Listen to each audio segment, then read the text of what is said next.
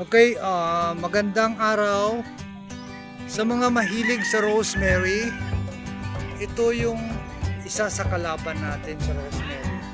Bakit yung rosemary natin madalas namamatay or hindi malusog? Katulad nito. Ito isang insect na pumapatay sa rosemary natin.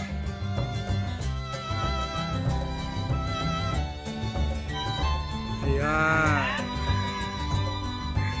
Nakita nyo itong worm. Ang tawag dito ay mint moth. So kinakain ito yung leaves.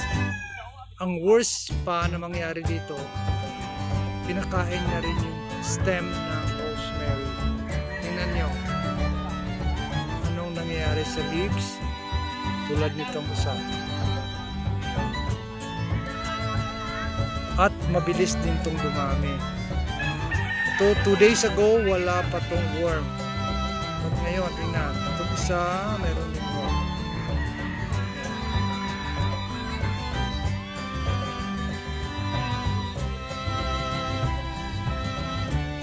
Ayan, ganun sila kabilis dumami. Ito check din natin yung isa na to. Then 2 days ago, walang worm itong rosemary natin.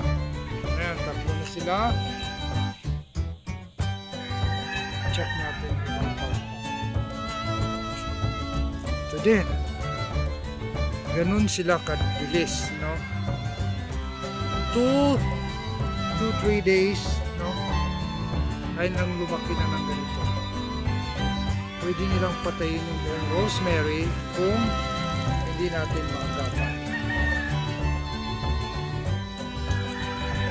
Yan. Isa pa sa mga problema natin sa rosemary yung black mites. Pero so far walang black mites. So yung peste natin dito is itong worm. Tawag natin ulit dito, ito yung mint moth.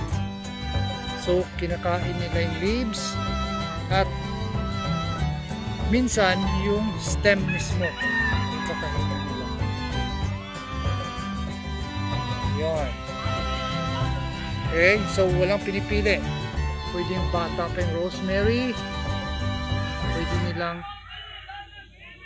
atakihin din, or minsan